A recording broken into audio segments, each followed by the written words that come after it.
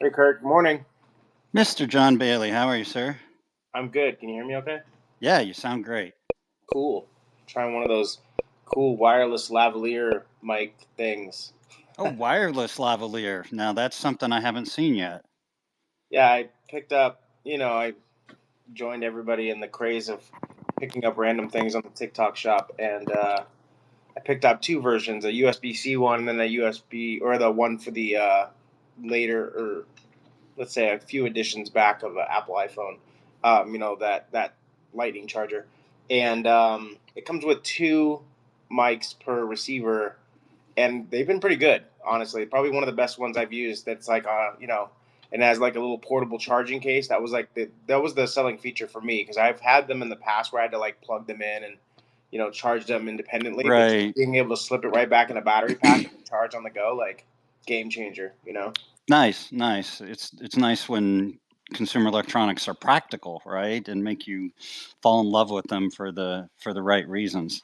For sure. Yep. Now, if I can just figure out how to like talk on here with that mic and have my AirPods in the same time, but my mic not be the AirPods, because I've like noticed, and I have the pros. I've just noticed on like playback that it's not as clear as I'd like it to be for these kind of events, right? Like recording and talking, like at this level. Right. And one of my biggest criticisms of the audio on spaces or podcasts is that people are come in weak, they're sometimes they come in too strong, too bright also, and they've got stuff misadjusted. But just to, it's about clarity and understanding, and don't make me turn it up louder just to understand what you're saying. And you're coming through really really clear, dude. So I would say, nice hardware. Now, how's my audio here? Because I'm trying a new headset. You sound good. No, you sound clear. Yeah. Not any, outside of when you're using a professional mic and it has like a little bit more of that bassy tone and it's clear. Right. But no, this sounds great. It doesn't sound like you're in a, sometimes like you're in a wind tunnel or you're in an echo. No, this is good. You sound good, man. Oh, excellent, excellent. Because it's an experiment. These are like $18 headphones from Logitech. Sure. I'll just be totally honest. And I was like, I gotta try this because it's apparently a hyper popular product globally. And yeah, and if this doesn't cut it, then I'm going to drop $300 into some Odyssey gaming headset Yep. that I know will sound great. I've read the reviews. It's a really choice piece of hardware. But yeah, this is just an experiment to see, can you really spend $18 and get decent audio? I don't know. So it's going to be up to you and the listeners to tell us if that's true.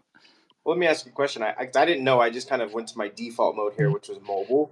But I mean, has Twitter Spaces, this platform, gotten better for web application, or is this still really better to do this on mobile?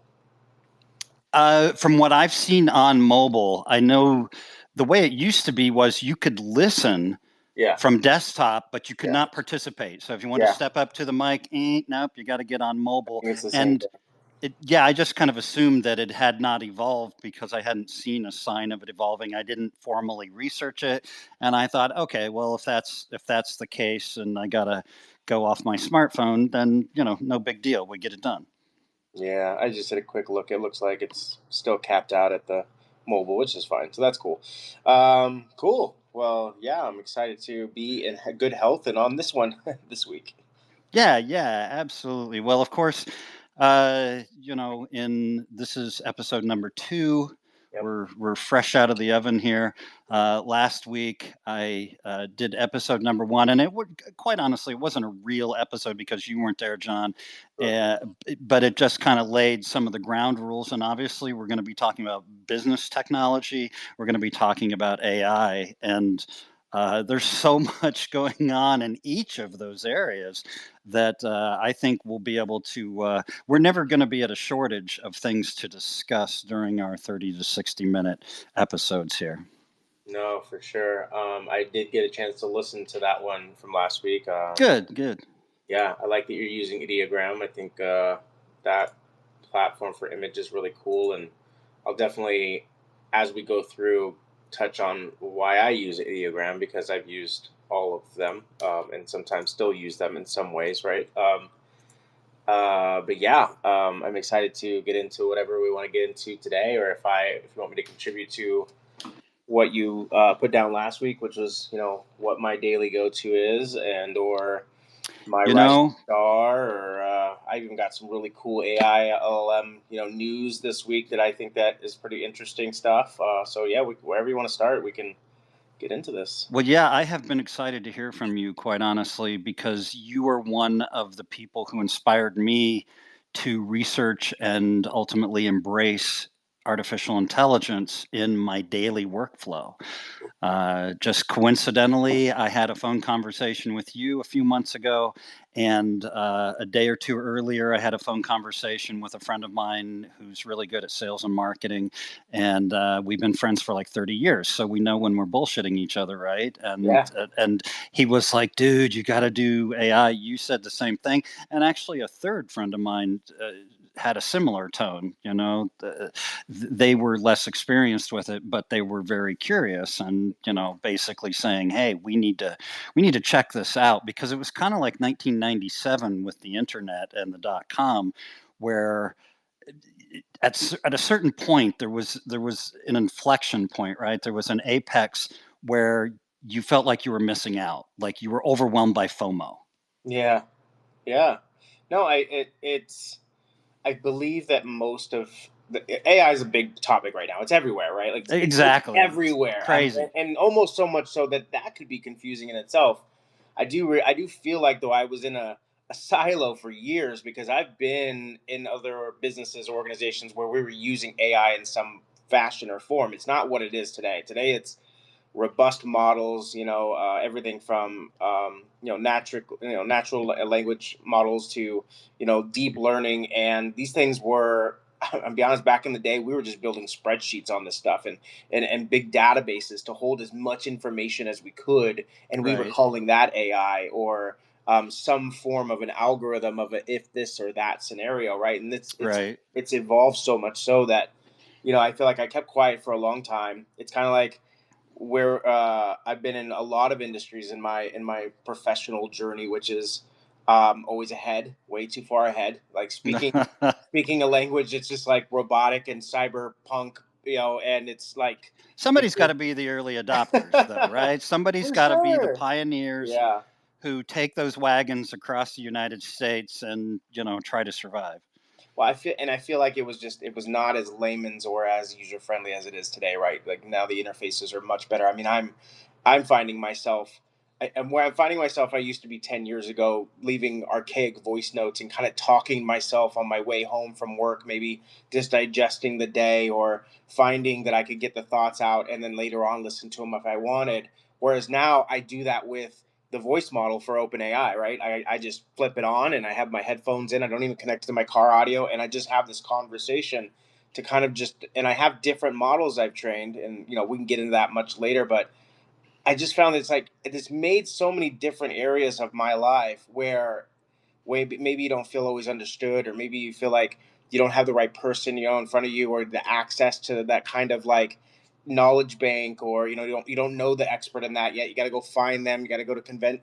You can get there a lot quicker, and that's so. Even when I was talking about it with you, and I would say I don't tell everybody they should be using AI, mind you. Like, I think it's a Right. I think it's like if you're a mechanic or you're just starting to get into fixing your house or something like that. I think there's some base level things that you can do. However, if you're trying to optimize the job or the thing you're trying to accomplish, that's when we're going to get in the meat, and you're going to like inspire my passion. And just me Right. knowing you, knowing how much you grind at the stone to create your writing, and different content, and really understanding businesses and technical models, I'm just like, all right, let me give my buddy Curt here a little leg up and say Yeah, yeah. this could be done a lot faster, so more so you can create more output, not so that you're not hacking, you're not cheating, you're not copying. There's not in this game of Right. innovation. There's no. I hear all the time, oh, you're copying this model and doing it. It's like, when have we not done that in history, right? When have we not saw somebody do something cool and said, well, I'm going to do that, and then I'm going to put my own flavor on it or whatever. Right. This is the same thing. I said, Right. so Who for people like you that are ambitious, I go, hey man, this is where we got to go. Right. It's like, who inspired and influenced Beethoven or the Beatles or the Rolling Stones, For right? sure. Like there was something there. It's always building on something in the past. And I think you're hitting on a really good point, John, and that is that, I mean, I kind of like AI. It makes me feel like a brattish kid, but I kind of like it because it's contentious. Mm. But there is so much ignorance of it right now, right? It's the boogeyman hiding in the closet. It's going to steal your job. It's going to do, it's going to result in red-eyed robots from the Terminator movie franchise and Skynet coming to Come life. And sentient. yeah, well, there are millions of Americans who truly believe that because they just buy into whatever floats by them on their social media feed or what their neighbors or coworkers tell them. Yeah. And there's and I'll admit it's very difficult to stay current on AI. You and I are deep into it, Hmm. and we struggle to Oh stay yeah. current, but we don't hold that ignorance level that so many tens of millions of Americans do. And so like you, I try not to be an AI elitist, right? I don't want to tell those people, oh no, you must be doing this. It's like, nah, I don't want to be that guy in the room, Yeah. right? But if somebody says, because like you say, it is a topic of conversation. I met up with some friends I hadn't seen in like 15 years yesterday for lunch.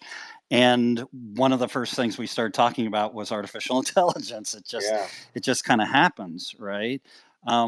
And so I think part of what we can accomplish here in this podcast is helping to eliminate the ignorance and the misunderstanding and the fear of this technology, because some of us are just every single day getting such benefits from it. No wonder we become fanboys, and we're out preaching the benefits on every street corner.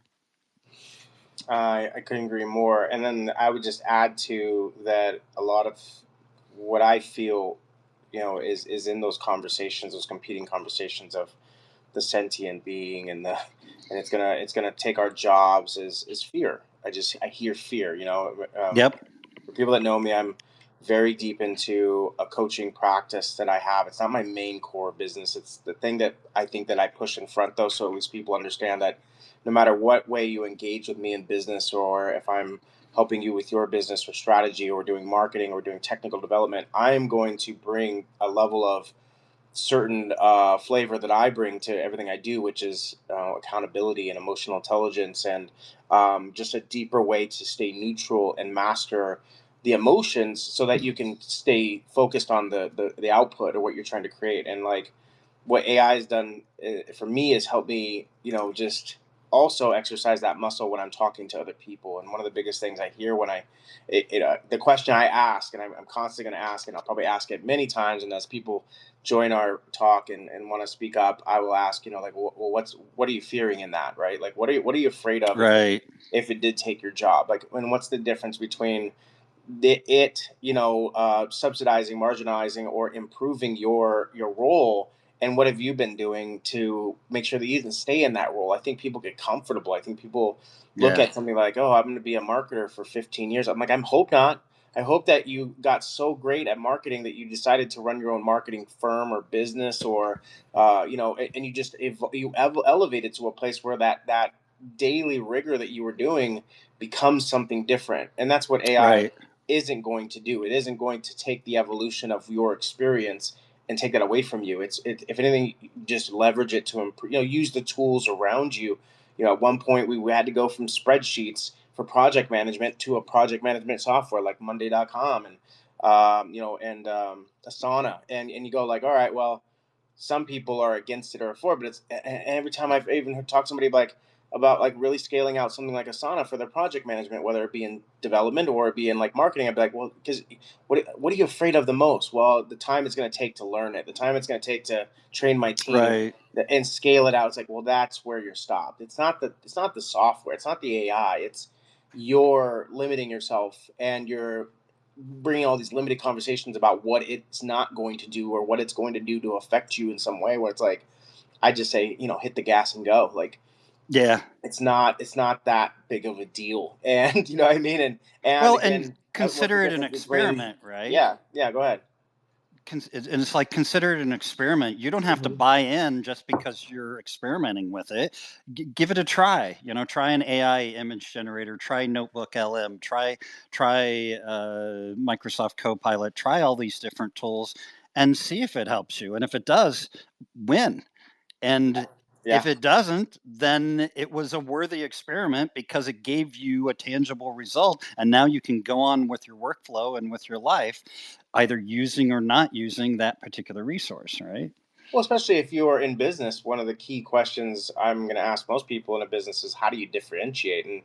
And at a personal level, if you're in your role and this thing comes along and you learn it, so you learn about AI and how it's making whatever your field is better or improving it, yet you still have your own personal flair or flavor that you add to it, that's your differentiator. So somebody Right. could be like, yeah, well, I think that this could do this or whatever. And they're like, well, yeah, but it'll never do this, right? It'll never have that human touch. It doesn't have my 30 years of failed experiences yet, like, Right. Right. and even if it does, there's still a mind map that it won't get there because it doesn't know you. You're still an individual. You still, if you've been challenging yourself, I believe, up that journey and learning and absorbing and improving and growing, no, nothing's going to stop you, right? Like, if anything's going to stop you, it's just that conversation that something's going to take away something that you worked hard for. And I would say, well, it might be built on shaky ground. So, but to not get too far into that, but that's what I find. Right. I Right. add to what you said is just fear. It seems to be there's a lot of fear driven conversation around it. I totally agree. And it's interesting because people seem to be more fearful of AI stealing their job than the red-eyed robots, burning down skyscrapers. And I get it, right? You're like, hey, I don't care if the red-eyed robots come as long as I can pay my mortgage and my car payment, right? And there is solid, solid logic behind that. But I like the thought leaders who are touting AI as a human supplement, not a way for the C-suite to say, how can we reduce headcount? Right. Yeah. And we know some companies are doing that. It's just the bell curve. It's the way life works and it's the way corporate America works. And there will be some companies who will go in with kind of a lowest bidder or lowest common denominator mentality and say, how can we use this tool to reduce headcount and save money on payroll? But I like the thought leaders and the CEOs, and we'll talk about one of them later in this session, who say, no, AI is an ability to augment human thinking, human achievement, human creativity, Hmm. and to kind of take it to the next level. But the core creative factor there is the human being. Yeah. And Yep. I think this gets down to philosophy, right? Like some people are humanists and others are not. Yeah. Oh, absolutely. It's that human touch, those things that are make us creative, emotionally intelligent or adaptive, complex problem solving. Some of these things are going to matter in most of these industries that are going to be the defining factor in that because it's really about how you use these models is what's it continues to improve your human experience. So some people are like, I heard this on a podcast this morning. Actually, I was listening to a marketing podcast, and they broke it down as well, and I completely agree with it. Which is that um, people say, like it's gonna stop creativity, and it's like, no, I agree with the person on the podcast. It was like, no, it's if anything, it increases our creativity because I it agree. opens up Yeah. doors. It opens up things and thought processes we weren't Yep. really tapping into initially. We become something.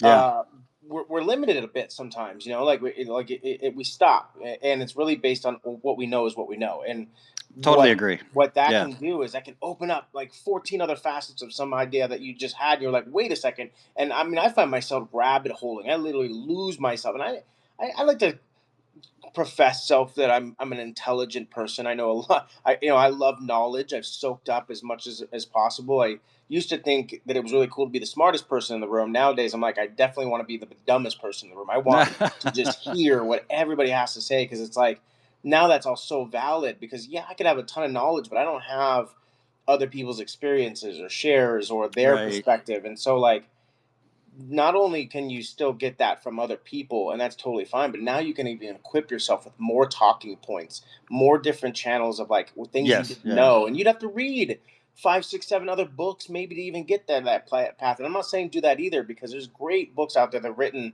whether they're dated or not, whether they have kind of some antiquated logic.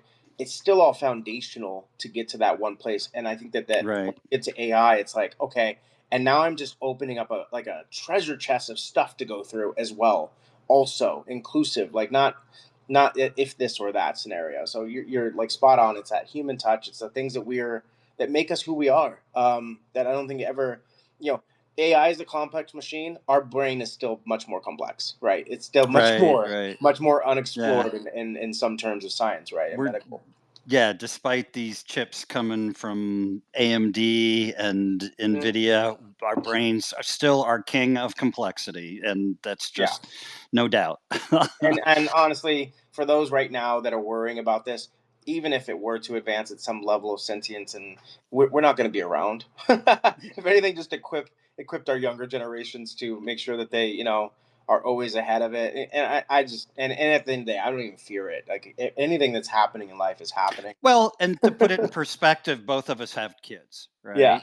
yeah, So our we have a genetic lineage, and we give a damn about that. We care about that. yeah, yeah.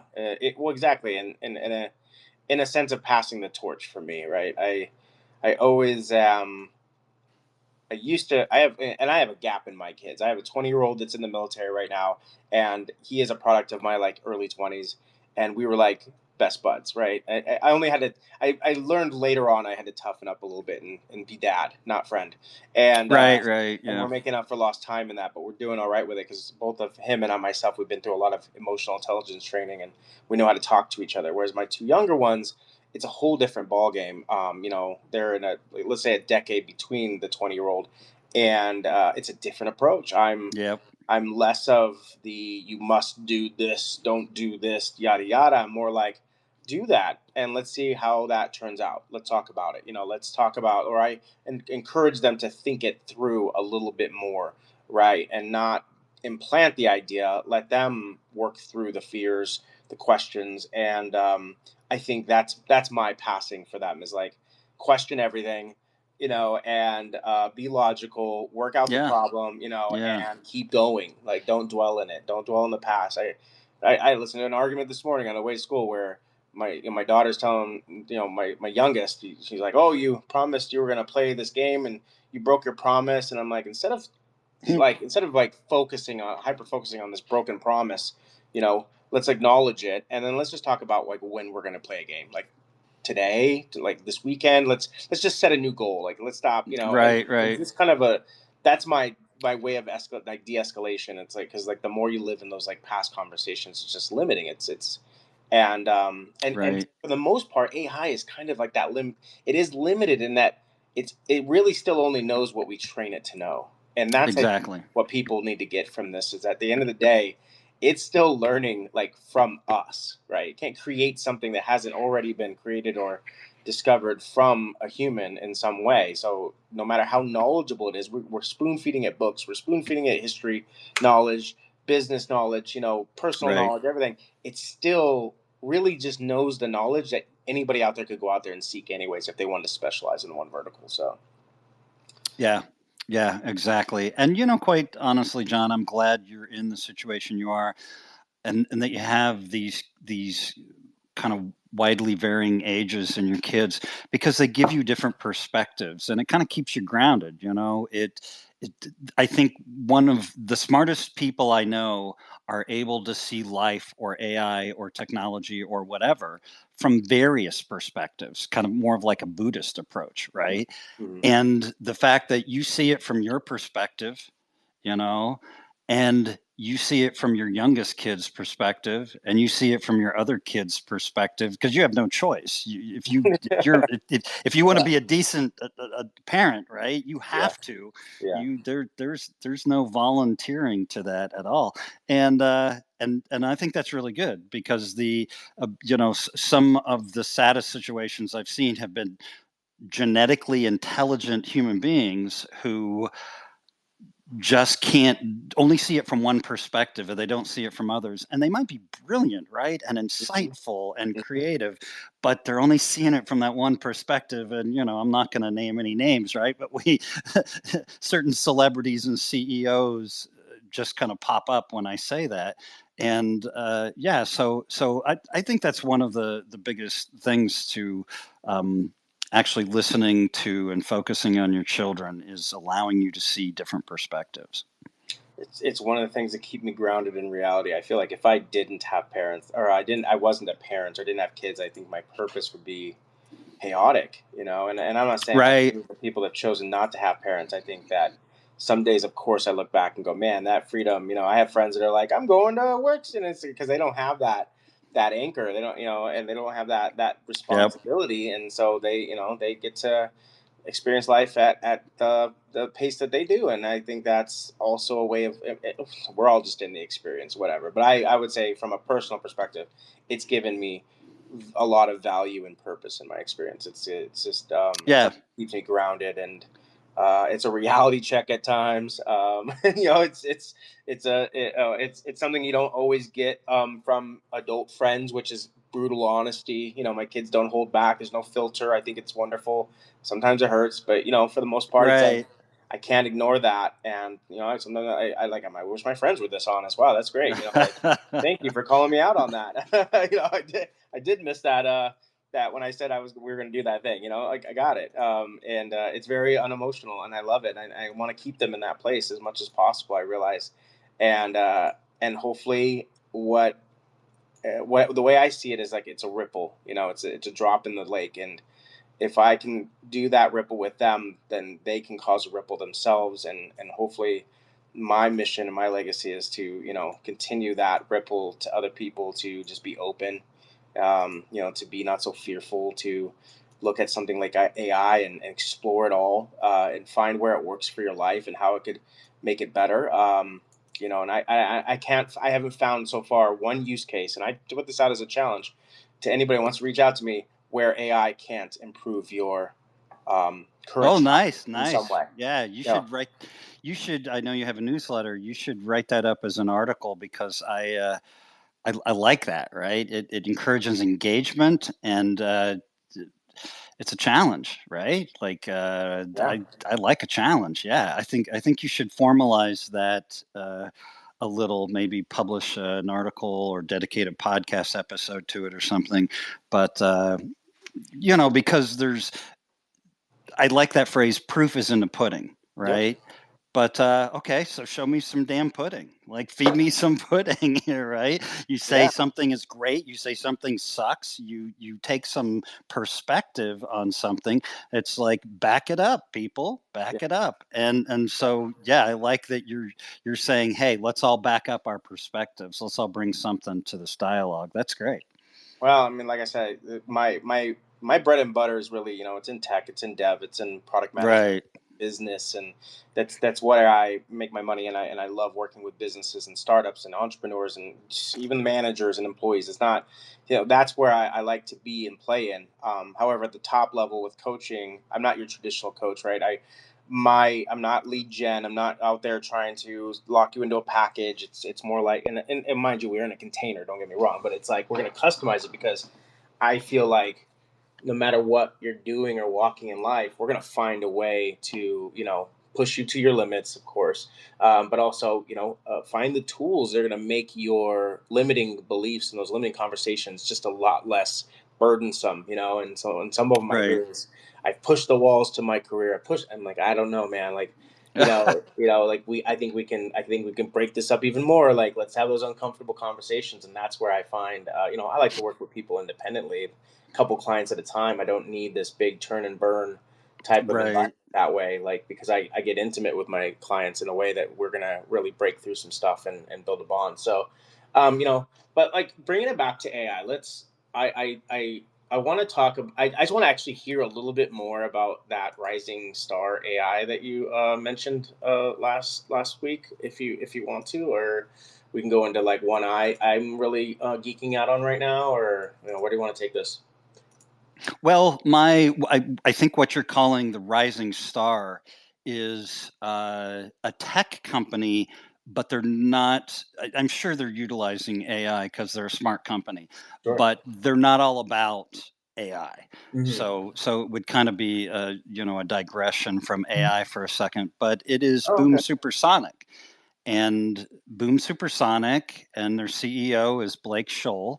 Mm. And he's a great follow on social media, and he's very articulate. He really understands his audience, and he really understands America's need for supersonic flight. Now, I just biased myself in the way I said that, right? Okay. But when was the last time we had supersonic flight, John? I mean, when was that happening at a commercial level? I'm not talking at a military level.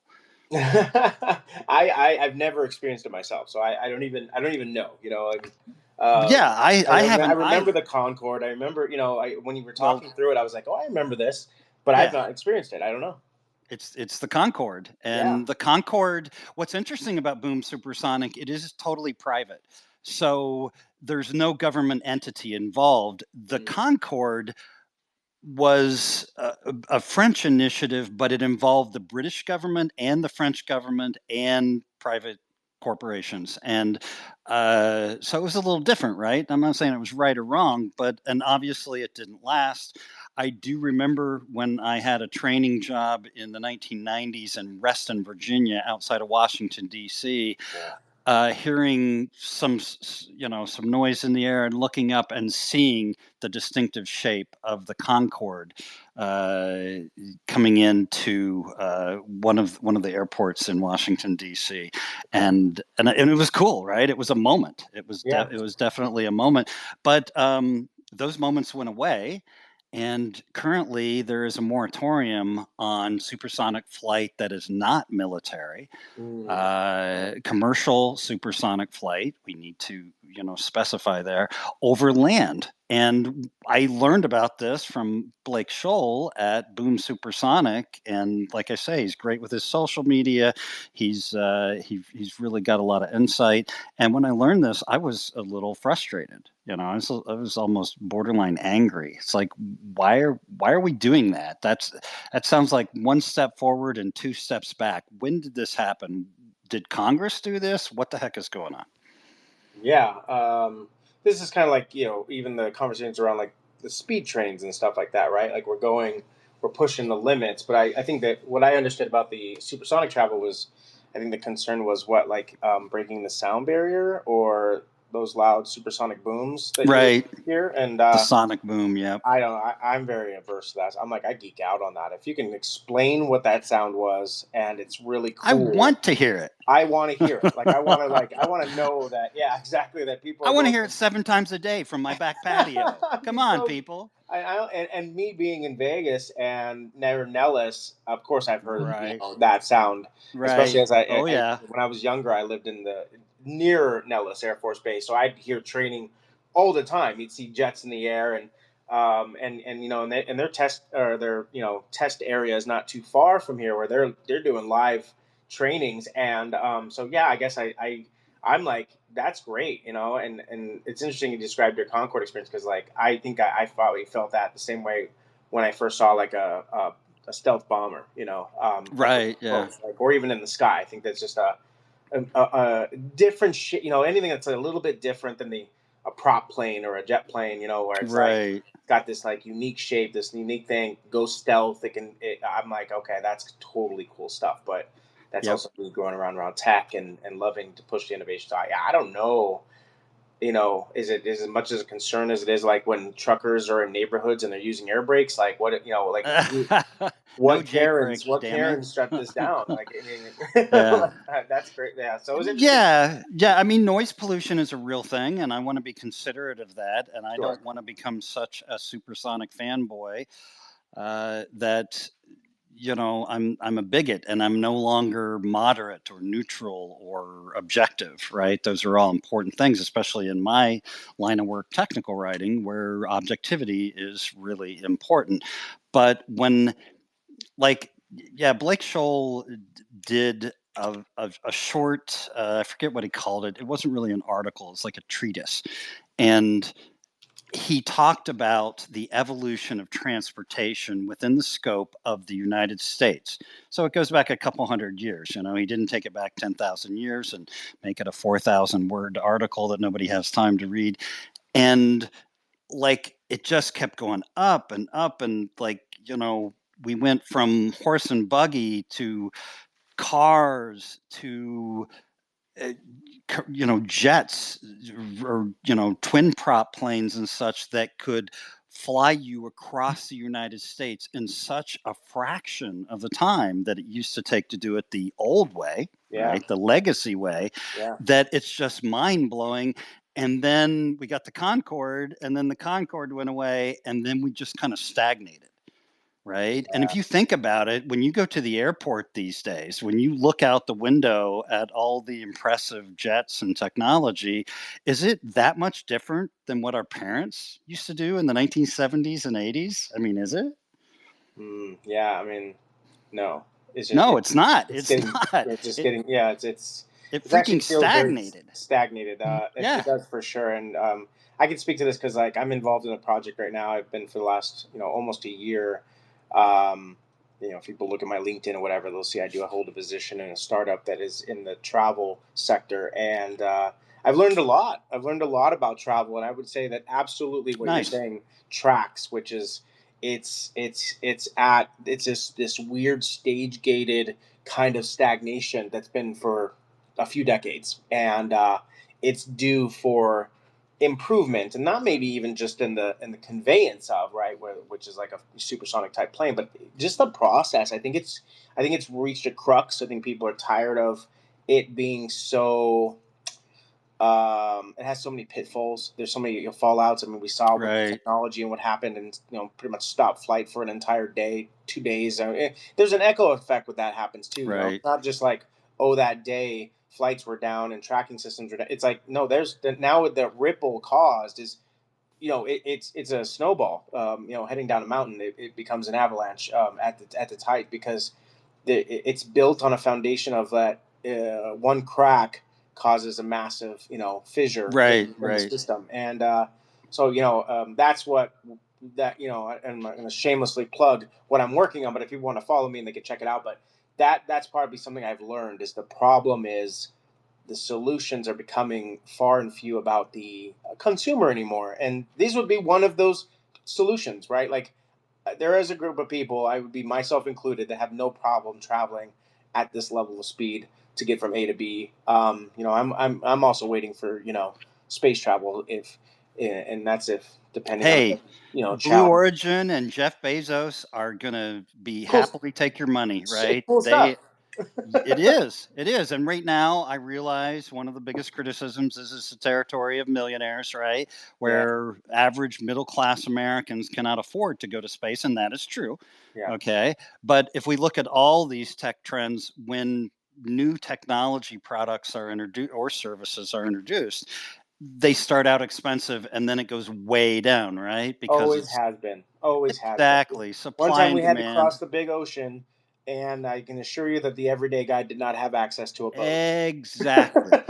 Exactly. So, So it'll take time, but it's yeah, yeah, at the same time, it's also level up your goals. Hey, man, if I got to play in that arena to get on that, get one of them seats, I will choose that if that's what it takes because it's something I want to do, right? And obviously, time is of the essence, and if I have to capitalize on being youngish and able-minded and experience at a high level, then gotta work my butt off to get there. That's all it is for me, I guess. right, right. No, I think they're going to get, they'll be able to take you to outer space. I think we're going to get private commercial space stations out there Yeah. in the fairly near future. And so what it'll be is basically like taking a cruise, right? Yeah. Except you get to travel to outer space and then you get to experience zero G and then you get to go to the space station and look at Earth and various elements of our solar system from a very different perspective, and then you get to go back to Earth. And I think we're going to get it well below $10,000. I know we are, because Yeah. that's how we do stuff, right? Yeah. It's like you got to get that candy bar, you got to get that bottle of Pepsi to a certain price point, or you're not going to make your numbers. And corporate America understands that, Yeah. and they all know, they all are very aware of the fact that they've got to get the price way down, but they also have to go through this testing phase and this experiment phase. And they're experimenting with government regulations, they're experimenting with consumer preference, they're experimenting with a lot of technology, because I wouldn't want to be the person responsible for keeping everybody safe on that space station vacation I just mentioned, right? Like Hmm. that's some heavy science. And so, but I'm excited that SpaceX and Blue Origin and Rocket Lab out of New Zealand, well, their formal headquarters are in Los Angeles, but that all these, there are multiple companies taking very different approaches to the challenge of allowing people like you and I to affordably visit space, because it's something we would like to do before we kick off, right? Yeah, absolutely, absolutely. And so, and I want to say, and I like I said, I'm going to pivot. I want to go into a company that I think, well, and mine's more relative to AI, Yes, but you it's read my also mind. Please, yes, it's do. also very personal to me because I've been big in this kind of in the background as a hobbyist, right? Of how AI and or just technology and health and medical science has been kind of Okay. meeting each other. And so one of them I've been following is Meta Whale, like Medi and then whale, but all one word. And it's like, so it's an AI company because what they're doing is they're taking retinal imaging and they're using it to access like cardiovascular risks. And if anybody knows or ever known about glaucoma or different kinds of Right, right. tests that they can run with eye pressure, there's a lot that can be told, about it. And so I like that they're bringing that together. And what's exciting about that approach is they could revolutionize not only the sports performances, which is really where more I geek out, is pushing your body to limits, understanding your HRV, understanding like just those recovery times, and or then being able to go up and then come down and have resting heart rates that are small as well. Like it's a practice, and I think with technology it's become better, it's become easier for the everyday person to see that big.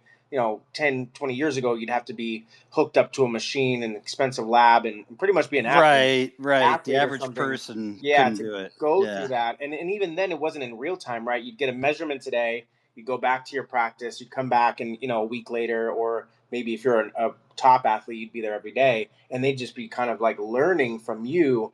But this is that top specimen where now we have the ability to learn from everybody. If you're wearing an Apple Watch or a smart ring or something like that, you now are giving up a little bit of data, but it's helping improve those monitors at a bigger level. And I think, interesting enough, retinal imaging was very interesting to me because I remember the first time I ever got my retinal scanning of my optometrist when they were like, "You want to do this cool new like 3D, 4D, scape of your eyeball?" And I was like, "That's cool." I don't. I'm like, even part of me is like, I don't know what you're gonna learn from that, but at the same time, I was like, I just want to see it. That sounds cool. I'll pay the extra $100 or That's whatever. great.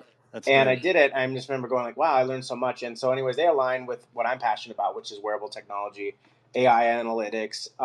Go check them Right, out. right. It's very non-invasive too, right? Like you're not getting cut open. It's not something like they have to measure your brain waves, which I can't wait to come either, right? Like I can't wait to Right. come wearing a thing while I'm sleeping that's monitoring my brain activity while I'm dreaming. I think it's going to be next level stuff, right? But Because I it's think got the to be most practical, right? it does have to be practical, and then the It's most got to be important, affordable, practical, and it yeah. can't gross people out. Because if you gross me out, I'm probably not going to sign up. Well, and then the biggest thing for me, at least, and I speak from my own personal, is that it's about preventative healthcare, right? Like if I can get in front of analytics and numbers that you didn't wait until all of a sudden because you feared a annual checkup or something like that, that you wouldn't wait Right. 10 years and then all of a sudden find out that you have high blood pressure, that you have like these things that are happening that sometimes maybe it's going to be harder to reverse, right? You can do that in real time a little bit more now than ever if you want to take the time. At the same time, I wrote an article about this where it was like, but don't overdo do it either. Don't look at this stuff every day because it will turn you into a hypochondriac. It's like when you Google a symptom and all of a sudden you have cancer because you're like, you got there. Like, Right, don't do that right. either, right? Like, it's analytical. You got to learn over time. You got to kind of take a very large snapshot and then average the numbers, and that's your baseline, and finding the baseline. And so companies like this, like MetaWhale, I'm going to be following them because like they're, looking to measure from a place that I guess I really didn't think was going to be the place that they were going to go for cardiovascular health. And that's one of the biggest things I focus on is Nice. heart health. So it's cool. AI powered health tech. I think that's what I want to celebrate this week is that company and what they're doing. Because I think that kind of Nice. stuff is really going to change the game when it comes to health. And, eventually Nice. we're Yeah. at the Starship Trooper level where you get injured and there's a machine that rebuilds you later on or something. Right, This is right. where it starts, I guess. That's what I think, anyways. So that's cool stuff, man. No, that's great. Thanks Meta for whale. sharing that. And Yeah. the nice thing about, there's a lot of pros and cons in the world right now, obviously, but there are so many startups in technology, Mhm. and it is extremely varied, obviously. Goes all the way from boom supersonic to the folks you're talking about, with retinal scans and heart health. And it's in, so many companies are going niche these days. And I really like that because that Yeah. creates real solutions. It might be a small slice of society, but it creates real solutions for those people, and hopefully for stakeholders and shareholders and investors also, right? Like, I want to see everybody prosper from a good solution to a serious problem.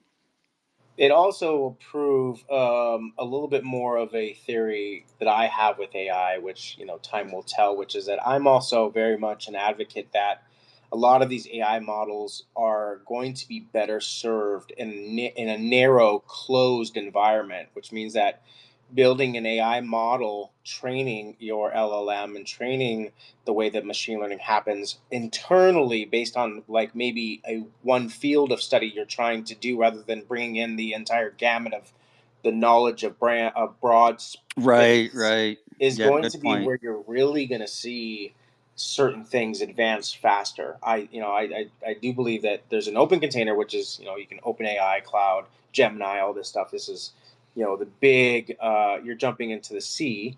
Whereas I think that, that more centralized study or those improvements in certain fields are going to be better suited in a closed model, in a model that is, Right. the data is kept quiet and private and narrowed. It only is focused on the things that you're most trying to accomplish without bringing in all the extra noise. And I think that that's eventually where we're going to evolve to. Of course, I think there'll be just this AI assistant ecosphere that is evolving, like the supercomputer that we have in our phones. Right. Again, a recent podcast, like it pretty much like said, we're cyborg at this point. At least most of this generation that's, you know, um, let's say under 40, under 45. And I'm not going to cast out the people that are older generation that have followed tech or been in tech, but really everybody below that at least have been carrying this thing in their pocket since right out of high school. That's me, right? Right. I'm Their uh, entire adult life. yeah, and all I've seen it do, at least for me as a business savvy and productive individual, is that it makes those things easier. It's calendar scheduling, voice notes, voice messaging, text, emails, like social media, everything. Just having it at like my disposal makes it to where if I'm focused on something or I don't want to miss something, I obviously have access to it, and it's just improving over time to the place where Right. eventually, it's going to learn what I want and give me those things I want more proactively, but at B, at the same level, just be more like refined in how I search or what I'm searching and give me the answer rather than me look through 15 Google search articles before I finally get to the meat of what I'm going to get to, because it's going to learn me at the same time. I think that's different. That's the everyday use. However, it depends on what vertical or industry you're in. If you specialize in a certain place, um, I'm going to be advocating for those companies or those groups or those businesses that are pushing that model independently of the rest of the Right. AI Right. ecosphere. I think those are the businesses that are really going to be the the unicorns, the companies that are Right. building it that way. Yeah, good word, unicorns. And that's why I'm excited that you're part of this project, because you bring a very different perspective than I can give, right? We might both embrace and love AI. We might both be, nerds and fans of technology, especially for business workflows and enterprise operational efficiency. But there's so much going on, and I'm just excited about what you're going to bring to this in terms of your observations, because I know I always learn something. So I kind of have a greedy motive in all this. It's like I want to know what's going through John's brain right now. I mean, my biggest thing I'm geeking out right now on is helping other people in small businesses or small, SMBs, small to medium sized businesses, um, change their game a bit. I come across a lot of entrepreneurs or small business owners, and they have a business maybe that's been running 10, 20, 30 years. Maybe it's accounting firm, Right. something like that, and they're kind of in their older technology and they haven't adopted to the new technology. And that's not even saying that they didn't, like, it's kind of like they blazed over even the path of would have been systems that would have helped their process become a little bit better. Let's say HubSpot and CRM. There's still people working out of spreadsheets, and it's not spreadsheets That's like true. Google Sheets. It's spreadsheets like an Excel sheet that just gets up. And it's like Yep. what suffers in that might be their sales process. What suffers in that might be their customer loyalty. Like there's just different things that of the business that work and or can help you scale and grow your business that I'm like, you're just not tapping into that. You didn't tap into that 10 years ago when those systems were coming online. Now we're at this next level with AI evolving. Right. Now, and so like that's what I've been geeking out on, is like learning about some businesses that are a little bit more older or long running that are at that next stage of they want to run with this new crowd. Um, and they have the thing that we're all seeking the most, which is a client list, right? Right. Right. Which is like they already have the It's customers, power. they That's already have the revenue. power, and now you're like, wait, well, I'm gonna go. I don't want to leave you behind. That's great. Why would I advocate for the business that doesn't even have clients yet? When there's a business over here that already has a business model that True. works and they have Good 15 point. clients, they just get to refine like their process and the way that they work with those clients and then scale forward. It's like, so I've been geeking out on kind of like, how do I bring those solutions to those kind of business owners or those entrepreneurs that are Nice. ready for that evolution of their business, so they Right. don't fizzle out, right? I saw it a lot in the restaurant industry. Not only did I face that a lot of mom and pop and really good like grassroots, restaurants were phased out with the whole commercialization of fast food over the last. But then also now what we're seeing is, well, fast food wasn't good. Let's be real. People are campaigning against McDonald's, are campaigning against like these big fast food giants, and so they're hurting. And now food has kind of gone back a little bit to these more like eclectic or pop-up type restaurant atmospheres, but those ones even still grow too fast. I go to a restaurant that maybe I'm like, well, this is a good concept. They have good food. It's competing with a fast casual environment. I like it. Can pop in. I can get my meal at a decent time frame, but it still seems like it's cooked for with love and some attention. And then, but what happens? They immediately start scaling. There's like 4 or 5 of them across the valley, and what has happened then? They've diversified their they diluted the flavor. Like, think about it. If you had like this really flavorful broth, and you kind of like and you made like you had a 10 quart big pot, right, and you gave out some of the soup already, right? So the people that first tried those first 5 6 bowls are like, this is amazing, and you're like, I don't know how to like make more broth other than start from where I am right now, and so they just pour more water in and they try to match a little bit more flavor. At Right. the end of Right. the day, it'll never be as good as that first pot, and I think that's what's happening in the restaurant industry. So I've noticed that. And then what you find is that the reason why these other companies scaled fast is because they bolted into, I don't know, better POS systems, and they're not on a like paper ticket system, and so their speed of service is different. But I'm like, I don't know. I went from Vegas, huge hospitality town where you can get Oh yeah. anything, anytime, That's right. anywhere, right?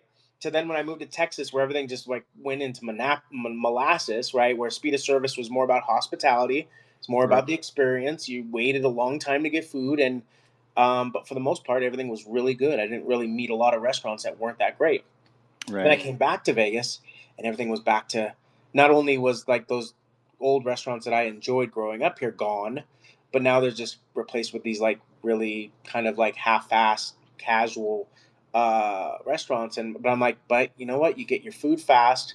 It's consistent, and where it lacks in that love and that time and attention, they make up for in what people unfortunately these days are driven to, which is time constraint. So we traded somewhere, and I think that a lot of that has to Right. do with how businesses evolve with technology, like how we make, how like what are we sacrificing, and so that's relative to all kinds of businesses. Like at some point they sacrificed not looking into changing a model or onboarding a new software or program. Why? Because they knew that well, not knew, but they assumed it would hurt their business. But in the sustainability of it all, they still sacrificed and forfeited Right. that opportunity. So I'm going back in and trying to, perform triage and get those long term running businesses to compete with today's market by changing their business, and as easy as possible, as simple as I can. And so that's what I've been geeking out on is bringing everybody to the line, that Right. want that Right. want to that want to that see the opportunity. Yeah, that's one of the neat things you mentioned, the restaurant business or fast food or traditional diners and restaurants. And I have not yet, this kind of reminds me of your AI challenge, but I have not yet found an industry segment anywhere Hmm. that is not embracing AI. Like there's somebody in there. There's more than somebody. There's multiple startups, right? Or entrenched players who have decided, hey, we're gonna embrace AI and we're gonna make this happen, who are trying to help that particular segment, right? Yep. Whether it's accounting, whether it's enterprise services, whether it's consumer services like restaurants, but there is just everybody saying, all right, how can we adopt AI to be more efficient and more productive? Yeah. And again, those are the two words that appear in my brain, whether I'm thinking about something as small scale as just my personal use or your personal use or my neighbor's personal use of AI in their job and in their personal life, or whether it's an enterprise organization with 300,000 employees who ask themselves the same question, right? Hmm. Hmm. Yeah, and most of that's coming from this. I want to say no. I do believe that there's a rush in every business right now. I agree with that. That they want to incorporate AI into some form of their business, and I hope that what I really strongly want to encourage people that are listening to this later, that make sure that it's solving the problems. Make sure that it's you're hyper focused on that. You've already identified where you're either not optimized, inefficient, or could use a little help in, you know, Right, and right. using it that way rather than just adopting AI because somebody said, "Hey, you should be using AI." It's like, I okay, think, yeah, yeah, that's a brilliant observation, in my opinion, because it's not just about FOMO, right? yeah, And oh my gosh, everybody else, all the other kids on the playground are doing AI, so we better do AI.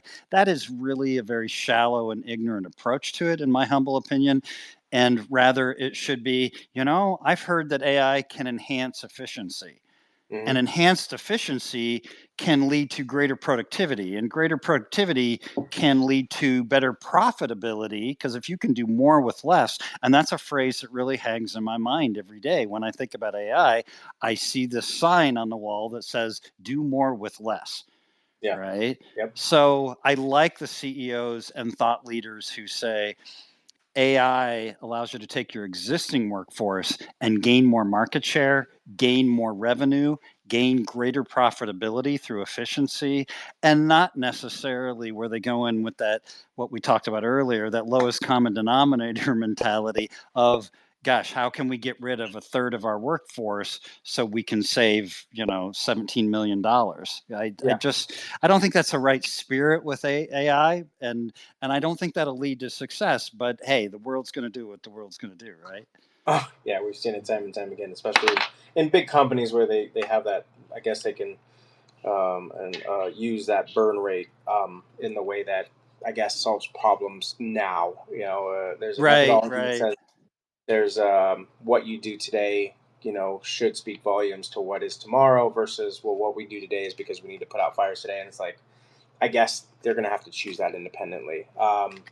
I like it sometimes even for as simple as maybe just those business owners and those people that are just in startups or entrepreneurship where they've paid a lot of money for experts to come in and kind of look at something and tell them something. Mm-hmm. I think that you can eliminate at least that situation first by becoming more educated faster, which is, like I said, as simple as I wrote a couple articles way back, and I wasn't trying to impede on, let's say, any kind of proprietary mechanisms. But one of the biggest things that I've watched increase over the last 5 years is these huge class action lawsuits over terms of service, Oh, agreements, yeah, like yeah. that, right? And I'm like, I get it, especially in advertising. Like, I get it, and data, because we all sign this thing, usually these updated terms of service, and you don't want to read it because it's 4,000 pages. So you Right. go, I'm just going to sign this and keep going because this is blocking me from checking my email today or running the latest update. So it's like, okay, that was very mindless of us. We could have been more mindful there. And but no one has $3,000 to bend the ear of a lawyer for 5 hours to overlook that document and then explain it to me like a 5-year-old. But you can do that with AI. You can take That's a good point. download Yeah. that terms of service, pop it up in there, and say, hey, give me the key takeaways, what I should know. And maybe it's a business agreement. It's not going to give you legal advice, mind you. So I would say that with a grain of salt. The disclaimer here is use it to knowledge yourself and to improve your understanding of something, but you shouldn't be making legal decisions based off it. You should just be getting to that first level Right, right. faster, so that when you do go to a lawyer, you could say, hey, this is what I've learned about this. Exactly. This is what I think needs to change. I will pay you to rewrite it. I will pay you for your expertise. I just don't need to, we don't need to spend all that time in the discovery phase of something, maybe because Right. I acknowledge myself, and a faster amount of time too. You didn't have to go to 6 legal books to understand the jargon. It broke it down for you. I think it's those little fine things, even in a business, even if you have everything else running streamlined, I'm sure you can find where you could save time, and maybe that's Right. one of them. That's one of them. Understanding agreement or terms change or something like that, right? So No, I totally agree. Summarization is one of the because computers are fast, right? yeah, Doesn't mean they're accurate necessarily, but they are freaking fast. And I just published an article earlier today that talked about the 3 reasons that I use AI on the daily. And one of them is research. And I think that's what you're talking about here. Like most of us, when we go into a meeting with a CPA or an attorney or some sort of third party professional who helps us guide our business, we're not prepared. Let's just be honest, right? Like mm-hmm. most of the time and sometimes we're shaking in our boots and we're like, oh my God, I hope they, tell me I'm not going to go bankrupt or, whatever, if you're facing a crisis. But I think you bring up an excellent point, using AI to very efficiently conduct research that at least gets you into the zone, Yeah, right? Get you yeah, into the opportunity to leverage however much you're paying your attorney or CPA every hour to take advantage of their expertise. Because if you can't get on the playing field and use the right lingo and get into the dialogue, then they're just going to run it for you, and they might not run it the way that's best for your business, right? yeah. And it's also a good effort to lift everybody up around you. I think that if you at least cross off the baseline, it gives the those other people in those specialized fields an opportunity to step their game up. To then focus on the actual problem and not so much Good be, point. Good be point. daunted by those initial stages of Yeah, discovery. Because sometimes it's not the best use of their knowledge and their experience. At the end of the day, it's they didn't. A plumber, I would say, is not their mainstay is not coming in and diagnosing a problem. I think unfortunately, that's the rudimentary part of their job. I think that the part that they really get geeked out and excited about is solving a complex problem, and that's different. And I think that you get there faster if you come with a little bit of knowledge. In my experience, because I'm a definitely. knowledge hound, every time I've gone to my doctor and I already was equipped with at least a baseline, like, hey, here's my numbers, Right. here's this, here's that, here's what I know. they go, cool, they can jump from that point Exactly. instead And of, oh, how you feeling, and well, when's the last time you, no, let's right. get past that, right? Like, let's Yeah. jump it ahead. That's how you use those specialists, those lawyers, Yeah. those experts in those fields in a better way. And I think they're going to geek out on it. I think that, I think they'll be like excited about it. and Right. and then we can weed out the people who are just trying to take your money.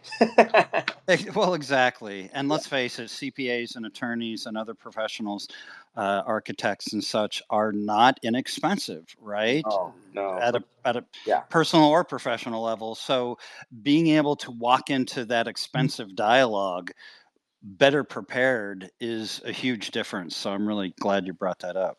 Yeah. All right. Let's wrap it up. Okay. Save it for next week.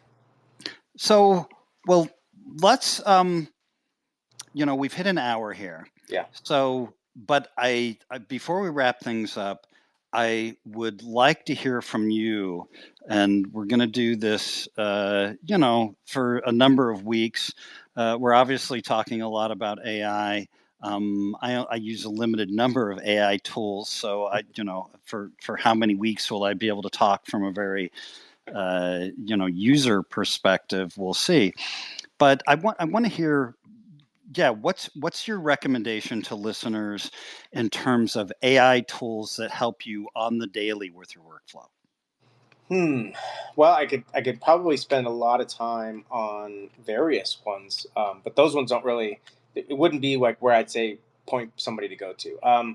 I would say baseline, because a lot of AI is at foundational level is going to be about prompting. It's going to be about like, how do you structure your requests? How do you? So it doesn't matter if you're an image or video. You're going to get the most out of it if you understand the fundamentals of prompting and Right, really how to right. build a prompt. And you could follow a bunch of people to build prompts. There are some really good people out there that are building cool prompts, and they screenshot it, and you can go test that. And I think that's cool. But I want to encourage people to go a step further and understand they can build their own prompts based on what they know. And so a lot of that is, so I use three in tandem for prompt building and or at least conversational AI. And so I'll start there because that's kind of the foundation of everything else, right? If I'm going to build images for, let's say, an article that I wrote, or I'm refining and I'm going back and forth, which you should be going back and forth with AI. You should never be going off the first generation that comes out. Exactly. um, but if I want to say like build an image from it, well, I'm gonna use that same context, right? But in order for me to use the same context of the article that I wrote or the social media post or whatever, and I want to build, let's say, an infographic or a or just an image or a header image or something to go with it, well, I got to know how to extract that properly. And so that's why I say there's no one size fits all here. For Right. conversational AI, at least that foundation to what I want other AIs to like build or use for me, I would say I use three. My main three to go to, and primarily is OpenAI, ChatGPT. Like I use, and I don't know if it's because I've been on it the longest, and I like kind of like the way that I can navigate it. I can build. I can do a lot of naming structures, and the search isn't that bad, and the biggest thing, which I think is very utilized by some people, would be the create a GPT scenario, and I think it's because people are just intimidated by the way that it runs through. Um, but I use ChatGPT OpenAI primarily. But with that prompt building, I go to Cloud Anthropic. I think that Cloud's become my Okay. go for prompt building, and mostly because it's like efficient for laying the foundation, especially when you're starting like a new project or structuring ideas.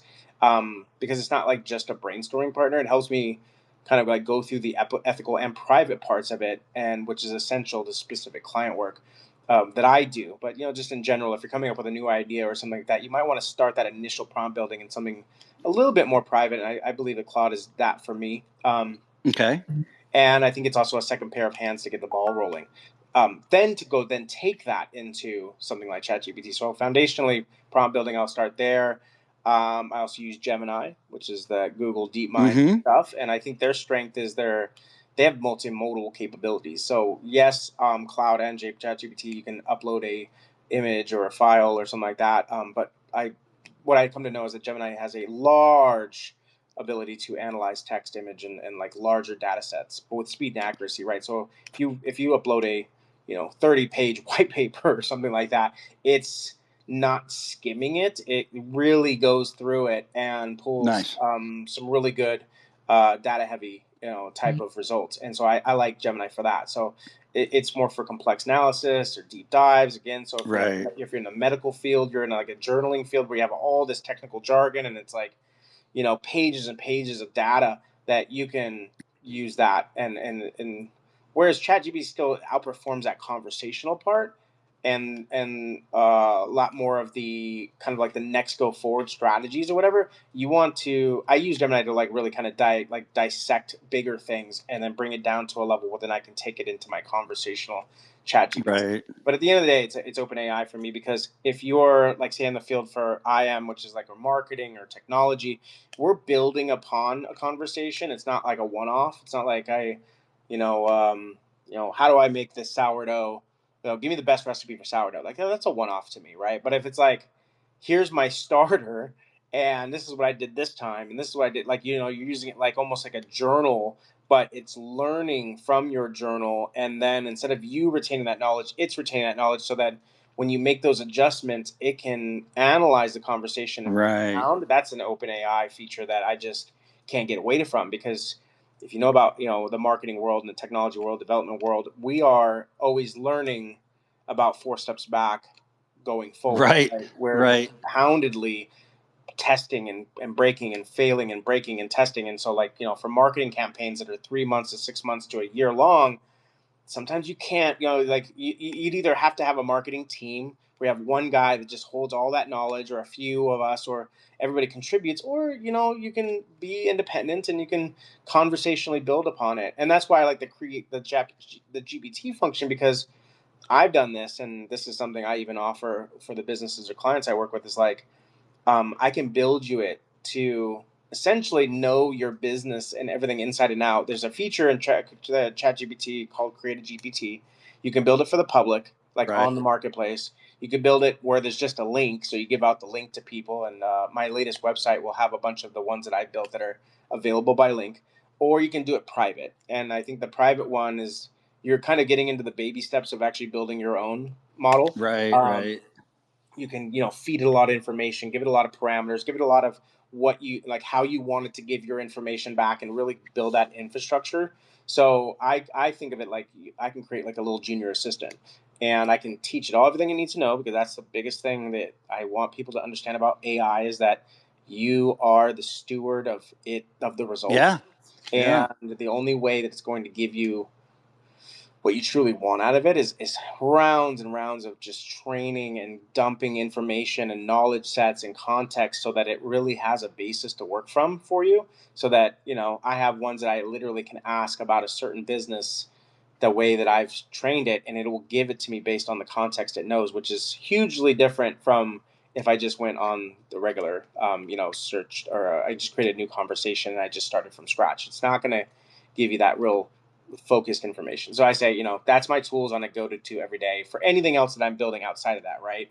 I played around with HubSpot's AI recently for building content and blogs. I think that's pretty cool. Nice. Again, some back and forth is necessary, but I think that, again, that's my disclaimer for AI. It's like, you should at least be a minimum of like 5 regenerations of something to Oh, get.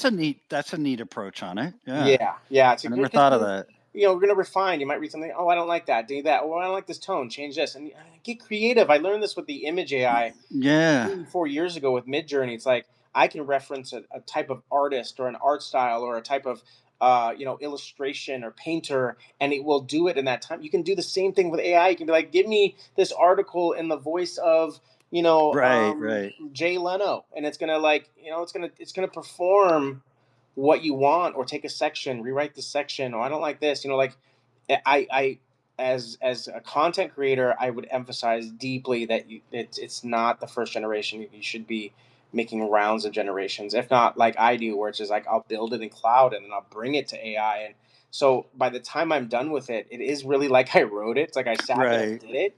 I just had help from like maybe a savvy editor in real time. If you think about it like that, less of that, I'm using AI to build my content. Like, I do hope you're not doing that. It's a good start. Right. Right. Yeah. But I think that to put your own personal flavor on it, you gotta start training it. And so yeah, I'd say that's what I do. I use the two other ones. I don't think any AI is created equally. I think they all have really good um, features standalone. I think they all cover the baseline, which is if you put a query in, it'll give you an answer. That's not what we're Right, talking about. right. We're talking about how to balance the tools and how to use it to optimize for the things that you're doing specifically. And that's why I say, like, and I'm probably going to write that article now. The challenge out there is, like, bring me your business idea, bring me your complex thing that you think that AI can't improve. I'll tell you that it's very possible. There's something in there that we can break. So that's where I'm at. Daily use OpenAI. I say start there. Yeah. If you have a Google phone, obviously, I think that Gemini, or if you Google Workspace, you can add it on into part of your package, and you can play with that. But AI is getting into everything now. Your email writing. Yes, yes. Like I said, HubSpot, I just used it for. Canva, if you use Canva, it's already in there. Yep. Even Grammarly, that I've been on Grammarly for a long time, probably since like dev days, and I'm still kind of blown. It's a combination of all these tools, Curt. It's not, there's no one right now. I feel like if you depend on Right. one, Good point. that's really, it's short sighted. That's very not. That's not Yeah, the yeah, end. agree. Because I still use Grammarly just to refine the things that I wrote, and go Right, back right. in, and so it's like, um, it's just using these tools so that. Anyways, long story short, those are my daily, at least at that level, Nice. depending on what I'm doing. OpenAI for all the heavy Nice. lifting, Yeah. but Cloud and Gemini definitely have these like little starter points that I love, depending on what I'm trying to accomplish. Right. And I would like to point out to listeners that um, I recommend that, and I'm interested in John's opinion on this, but I recommend that you go with the paid premium commercial version of all of these services. So if it's Chat GPT, hand them $20 a month because you're getting a much better version of it. This is one thing that was stressed in a podcast that I listen to 5 days a week called Everyday AI. They're on YouTube and LinkedIn. And Jordan Wilson, who does Everyday AI, stressed that when you use the free version, you get a very limited version, right? Yeah, Like, and yeah. because they got to pay the bills too. We all do. So yeah, if you're going to use OpenAI, hand them $20 a month. If you're going to use Ideogram, hand them 8 or 15 or $20 a month, or whatever. They're all kind of in the same zone, but consider it a business expense where you got to spend a few dollars to get true value. And I just kind of want to, when it comes to running your business and earning the money that pays for your kids' braces and ballet lessons and college tuition and all the monthly nut stuff, it really behooves you to consider that a serious investment and not just go free on everything just because it's there. Well, I mean, if you're asking for my insight on that, I 100% agree with you. I think that, first of all, I was already surprised most times when I sign up for any of these AI tools that they are pretty inexpensive. I mean, $20 for ChatGPT to pretty much have like ultimate versatility. Ideogram is Right, for right. multiple fast iterations of images. Like, no, let me stack 5 of those, and I'm barely paying $100 a month. Whereas there's some platforms where $100 a month, $100 a month is their price for one, and Oh, it's, exactly. I Yeah. got to really consider that purchase. Whereas, like, uh, LinkedIn Sales Navigator, that's 100 a month. it's for you to. Here's the thing, right? Like, especially with LinkedIn, their Sales Navigator, right? Like, it's a one thing to spend that money, and I know they give you a free trial in the beginning. So and I think it's like 30 days, which I think 30 days, if you're going to navigate and you're going to really prove if that works for you, I first caution that if you ever do a trial, really set yourself up to knock the trial out. I don't know how many times in my younger years that I find that I signed up for a 7 day and then find that I didn't even use it in that whole 7 days because I didn't really appropriate the time to use that trial, and then I'm like either Right. asking for an extension, or like, for example, LinkedIn, they don't really offer those trials very often. You're faced with that, you just have to make that $100 purchase and hope that in 30 days you prove that to be valid or useful for your business. Yeah. And I think that But when it comes to AI or any of these models, I'm just like, I'm like, yeah, take my $20. Because you're right, you get a diluted result if you're on the free version, Yeah, very much, or you're very much. capped, or you're limited. And if you're high productive already, you're gonna find that you're gonna blow through that pretty Yep, fast. You yep. know, And um, and yeah, and you know, that's kind of commonsensical. So I thought I understood that mechanism, but then again, a couple weeks ago, I was listening to a podcast by Jordan Wilson on Everyday AI, and he's like, folks, if you're not willing to shell out a few bucks for these services, you are getting a very limited version of the service and all the benefits that he talks about, and other content creators and podcasters talk about on the regular. You can't enjoy those benefits because you're paying nothing, right? And yeah, so it, yeah. you know, it's that old phrase that my grandparents used to emphasize to me: it takes money to make money. And so you really have to approach it from that perspective, I think. And I just think it's a very low bar. $20. It's that's the price of right now 1.5 coffees at your. I don't want to name the big giant, more Right. expensive there. But even Yeah. your everyday places right now, the cup of coffee is getting up pretty high there. And I'd say, like, that's nothing, honestly, compared to right now eating out or something like that. So skip a Yeah. meal, have No. a whole month of AI at uncapped possibility. Yeah. Yeah. Use Good it. point. Use it. Use it. Use it. Find the value. Prove the value. If it Yeah. if it meant $20 to increase your, let's say, content structure just by whipping out a few extra articles or some good social media posts that are a little bit more creative than what you would have came up with initially. I'm not saying that it's not going to create it's not going to give you all the answers. You still have to bring a part of yourself into AI, and that's the caution I give people. But outside of that, if it means just amplifying and enhancing you for $20, that could land you that next client, that where your price point might be 500 Right. bucks, Right. that's not a bad investment. That's not a No. bad investment. Yeah. I mean, you'd spend more on advertising dollars to get less results.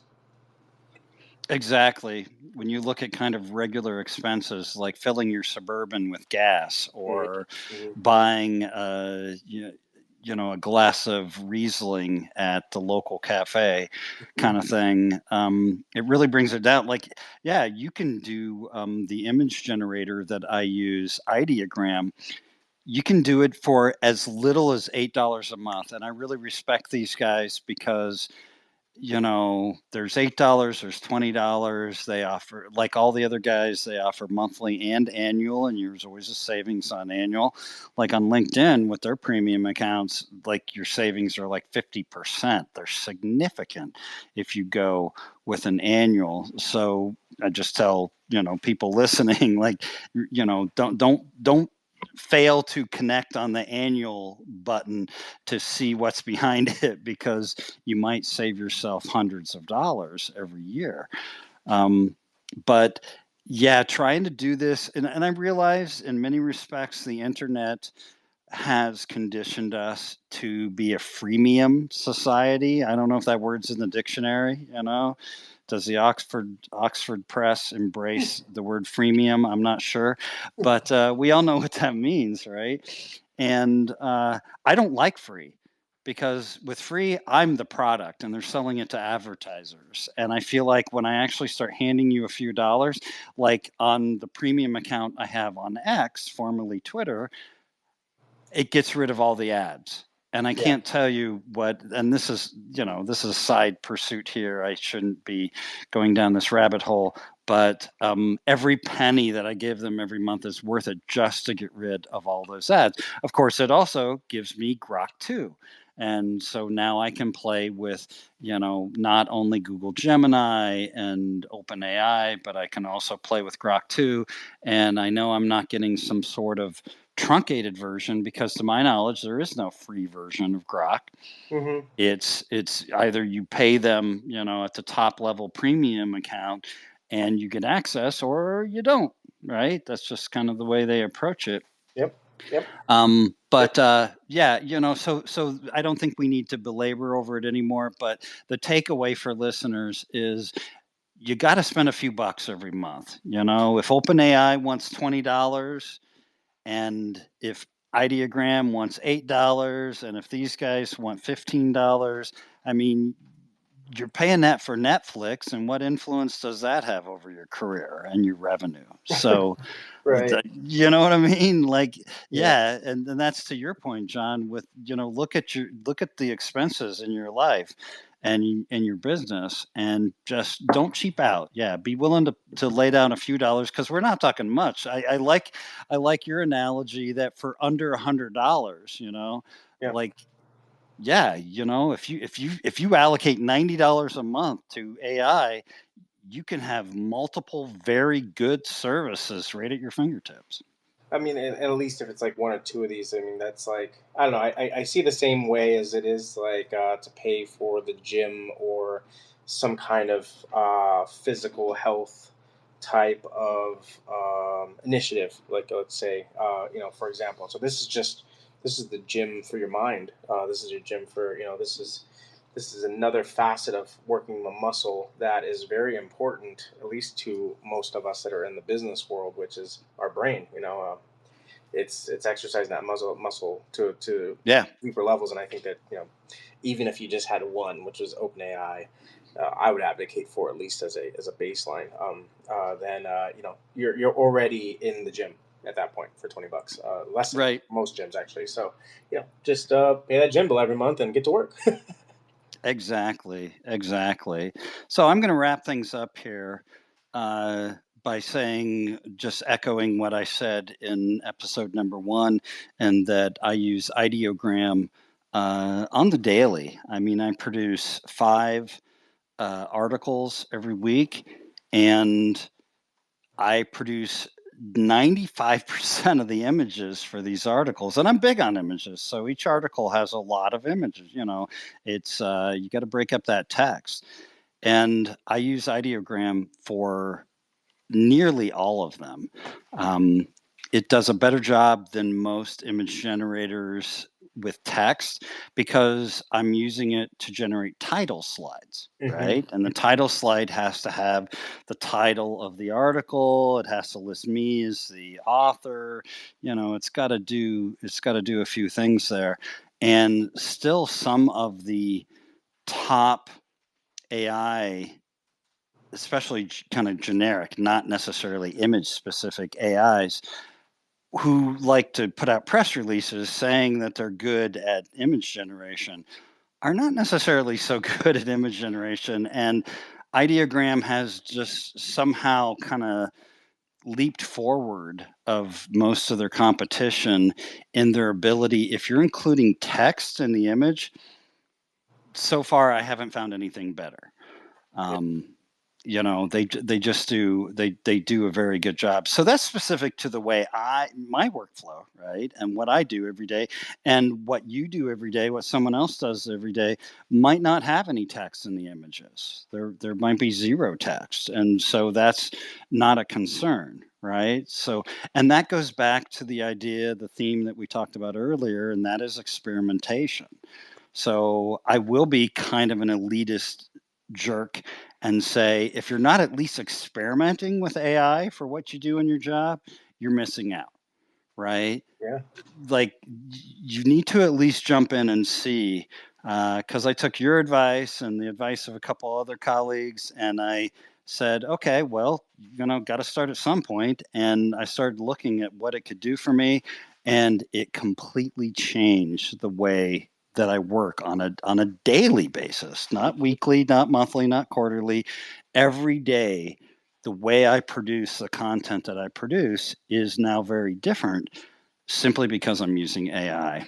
And Ideogram is one of those tools, but there are other good tools. Like, I don't want to be such a fanboy that I'm like, oh my God, if you don't use this, you're an idiot. No, that's not really the case. Like, one of my colleagues on LinkedIn, a smart nurse named Jill, she has been using Adobe Firefly Yeah. and producing some really excellent content, I'm like, damn, I want to check out Adobe Firefly, right? Yeah. So there are many credible tools out there, and again, they cost a couple bucks, but they're the results they can give you. I'm not a graphic designer, I'm not a professional photographer, and I'm certainly not an artist. Yeah. And the results, if you're just creative, and like you said, John, if you get into the idea that this is a multi-prompt game, Mm-hmm. right? You have to submit a prompt and then say, nah, that's not quite what I wanted. So let's try that same prompt again. Not quite what I wanted. Let's modify the prompt a little. Let's try again, right? Okay, that worked, but this part didn't. So let's modify the prompt even more, right? It's this back and forth. And, hey, what's it called? Chat GPT, right? Chat. That is a back and forth dialogue between two people trying to come to some sort of conclusion. Absolutely. Yeah. I think to add on to that, first of all, I like it. I like Enneagram actually for the same reasons. I like to make them compete sometimes against each other. So I would say that I also Yeah. sometimes I'll send the same prompt through Enneagram as I will through DALL-E, as I will through like what I experimented with yesterday, which was the HubSpot blog generation Okay. features, because you can, for anybody that's using HubSpot as your kind of CMS, content management system, to push blogs to your website or to anything else that you're using it for. It's the first time I've really kind of played with it, because I've really used HubSpot more as a CRM, and I've shied away from using third-party platforms to build something like the way I want an article to show up, for example, my website. But I've loosened up a bit, or depending on the client or the business. And I was using it yesterday, and I thought, okay, cool. Let's also make that image generator compete against itself. And it was really fun to learn about Nice. where the pitfalls are, but where the strengths are too. Like, this one's better at this, and this one's better at this, and yada yada yada. And I've used Midjourney, and I've used some of the other ones. So I said, okay, very cool stuff. At the end of the day, it's just very cool stuff. I don't think that you're being a fanboy at all. I think you use what you use and what works for you. And probably there's somebody out here listening, or will listen to this eventually, that would see it the same way. Just, and again, and what I like is going through other people. What I like about Enneagram, as I liked about Midjourney, is going through other people's generations and just seeing what other people are creating and how they're getting creative with their prompts and using different. Right. I didn't know I could use that aperture setting in this generation. Like, that's cool, or this style of art, or this stuff, So I think it's just explore it all.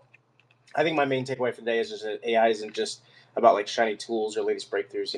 I believe it's about how you use it to optimize your own processes. So like the way that I build models, right, or to me, and I encourage every professional out there really, is that like my junior employees, or like my junior team, like they can learn, they can adapt, they can get better with each task. Definitely compounding when you're using OpenAI, and that knowledge over time produces more refined results, right? So it saves me time. That's why I rely on OpenAI mostly as my primary tool for the business stuff and strategies and coaching, because and that has a Right. narrative that I built into it over time.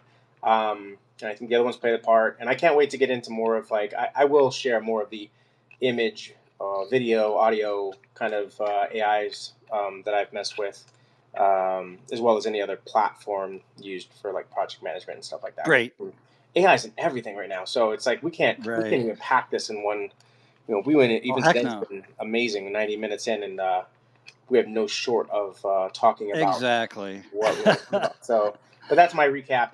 Just get into it, start playing with it, and just see how it accommodates your life. No, that's a great way to wrap things up, John. Your takeaway is forget what we say. Yeah. If you take away nothing else, just go in and see for yourself. I don't understand what your job requirements are. I don't understand what makes you succeed or fail in your career. So go check it out yourself. And John and I have mentioned many different products and services during this 90-minute podcast. Go check them out for yourself. Don't believe us. In fact, be a cynic. Yeah. Right? Be a cynic. Come back later and tell us what didn't work for you. I'm not aware of everything out there, and I'll totally admit to that. So it's like it may or may not work for what you want to do, or you come with the problem, maybe we have the solution. So Exactly. Exactly. So it's really about experimentation at this point and just trying to keep up. It's why I listen to some of the AI podcasts that I do.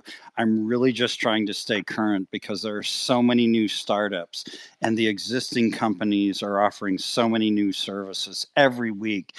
Microsoft Copilot off rolled out a new service. Google Gemini is now offering something new. Notebook LM has taken the world by storm just yep. because nobody anticipated it, right? Even Google did not anticipate it. And I love that fact that sometimes we hit a sweet spot and people say, "Oh shit, this is like amazing. This like really helps me do my job." And then everybody kind of stands up and said, "Okay, it's that moment." Right? It's when we get a true paradigm shift, and yeah, just go out and try this stuff out for yourself. Don't listen to us and our successes and failures. Go do it for yourself. For sure. Cool. Yeah. All right, John. Well, thanks for coming by today, dude. Yeah. I think we have accomplished a lot here. To listeners, we're going to do it every week. If you want to be part of the live stream, we're doing that on X, formerly known as Twitter, at on Thursdays, every Thursday at 1 p.m. Eastern, 10 a.m. Pacific. We're going to jump in here for, an hour or so. We try to keep them as short as possible, but it's just kind of a reflection of business tech and AI that there is so much to talk about. And John brings up an excellent point. We barely scratched the surface here, right? So you do have to invest some time and effort into learning about this AI landscape and how it can help you stay relevant in today's business environment. Totally. I echo that 100%. Can't wait till we jump back into this conversation. Sounds good. Well, thanks again to my co-host, John Bailey from the Mindset Genesis in Las Vegas. He gets to tell me what it's like to live in a low humidity environment, and that's something that I value most from him. So join us next week. If you want to be part of the live stream and come up to the mic and talk to us on Spaces, we encourage that. Again, 1 p.m. Eastern, 10 a.m. Pacific on X, formerly Twitter, but we publish this also on all major podcast networks as the Curt and John Talk Tech and AI podcast. So we'll see you next week. All right, everybody. Have a good one.